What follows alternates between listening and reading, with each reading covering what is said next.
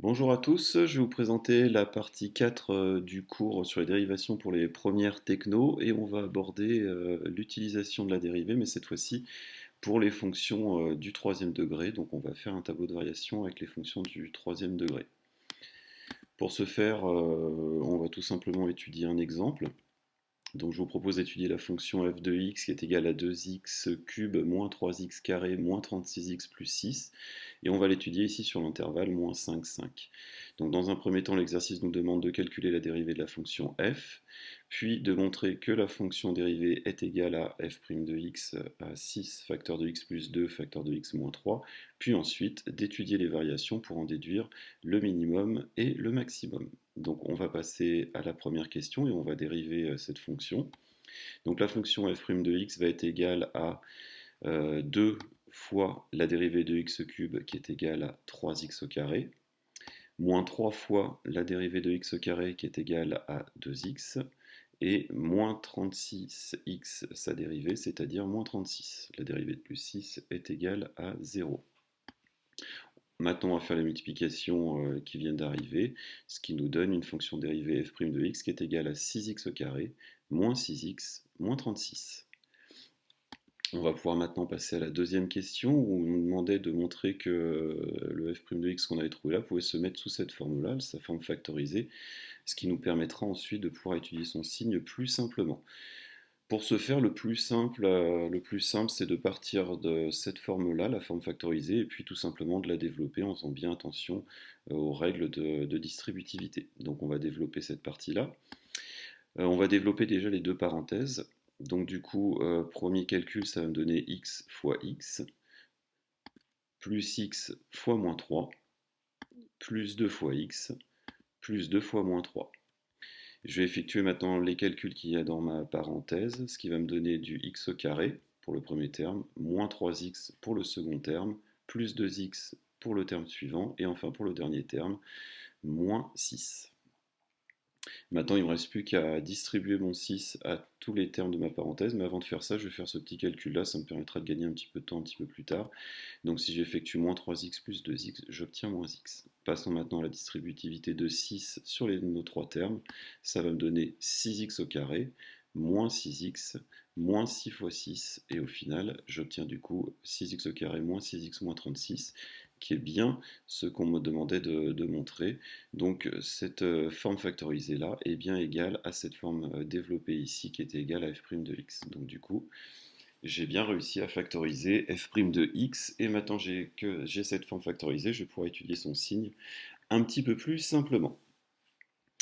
Pour étudier son signe et en déduire du coup les variations de f, je vous propose de revoir une propriété que vous avez dû voir l'année dernière. Cette propriété-là nous dit que ax plus b, les expressions qui sont de la forme ax plus b sont du signe de a, donc du nombre qui est à côté du x, pour x supérieur à moins b sur a. Il faut bien ne pas oublier le moins. Donc ici, ça va pouvoir me permettre d'étudier le signe très simplement de x plus 2 et de x moins 3. C'est ce qu'on va voir tout de suite. X plus 2, du coup, si je regarde les valeurs de a et b pour x plus 2, le a il vaut 1. Le petit 1 qui est là, qu'on ne met pas, c'est 1 fois x. Et le b, il vaut plus 2. Donc du coup, si j'applique ma propriété, x plus 2 est du signe de 1, c'est-à-dire positif, pour x supérieur à moins b sur a, c'est-à-dire moins 2, sur a qui vaut 1, donc moins 2. Ça voudra dire que x plus 2 est positif quand x est plus grand que moins 2. Je passe ensuite à x moins 3. X moins 3 est du signe de a, c'est-à-dire ici encore 1, donc positif. Pour x supérieur à moins b sur a, alors là attention, moins b ça me fait moins 3, parce que mon b il vaut moins 3. Sur 1 et moins 3, ça me fait 3. Donc x moins 3 est du signe de 1 positif pour x plus grand que 3. Du coup, je vous ai remis ce qu'on avait trouvé au niveau des signes. On va pouvoir compléter notre tableau de variation. Alors, le tableau de variation ici est un peu plus chargé que celui d'avant, qu'on avait vu dans la vidéo sur la courbe partie 2. Ce que j'ai fait, c'est que j'ai remis le signe de chacun des facteurs de notre f' de x. Donc j'ai mis le signe de 6. Pourquoi? Parce que de temps en temps, on a un nombre négatif et il ne faut pas oublier du coup le moins qui vient de ce signe négatif-là.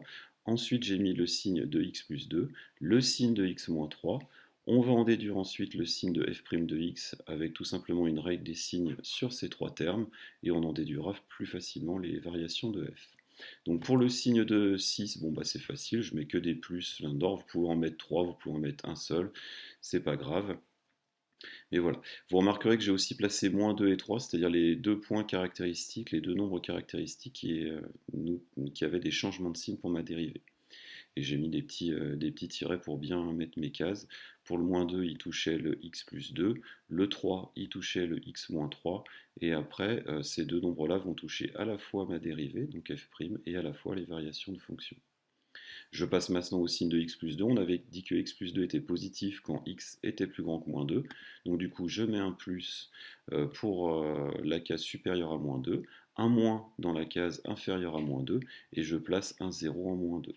J'effectue la même chose pour x-3, qui était positif quand x était plus grand que 3, négatif du coup quand c'était plus petit que 3, et c'est égal à 0 quand x est égal à 3.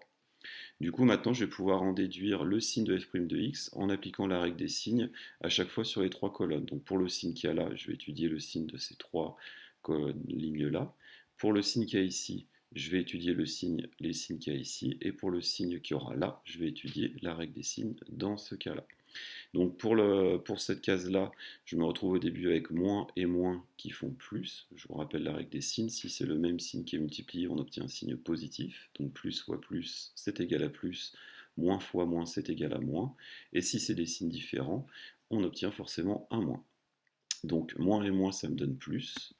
Multiplié par le dernier plus qui est ici, ça me fait un signe positif pour ma dérivée. Je vais passer maintenant ici. Donc ici, je vais avoir moins et plus, c'est-à-dire un moins, multiplié par un plus, c'est-à-dire encore moins, ce qui me fait un moins comme résultat final. Je passe à ma dernière case. Je me retrouve avec du plus fois plus qui fait plus, multiplié encore par plus, et bien ça reste plus, et du coup j'ai un signe positif pour ma dernière case qui va de 3 à 5. Maintenant je vais pouvoir étudier les variations de f, je vais tout simplement les déduire du signe de f'. Ici on a un signe positif, ça veut dire que ma fonction est croissante. Ici on a un signe négatif, ça veut dire que ma fonction est décroissante. Et là on a un signe positif, donc ma fonction est croissante. On n'oublie pas de rajouter les valeurs qu'il y aura ici que prend ma fonction f en moins 5, en moins 2, en 3 et en 5. On va les compléter. Et maintenant, j'ai un tableau complet qui étudie les variations. Comme ça, je vois que rapidement, le minimum de ma fonction va être de moins 39 et son maximum va être de 50. Une phase importante, c'est de vérifier un petit peu si on ne s'est pas trompé dans notre tableau avec la calculatrice. Donc on regarde tout simplement les évolutions de la variation sur notre calculatrice et on voit bien qu'on a une phase de croissance, puis de décroissance, puis de croissance. Je peux conclure que le minimum de ma fonction sur l'intervalle d'étude qui était moins 5,5 est de moins 139 qui est atteint en moins 5 et que le maximum de ma fonction il était de 50 et il est atteint pour x égale moins 2. Voilà, je vous remercie d'avoir suivi ce cours et on se retrouvera dans une autre vidéo.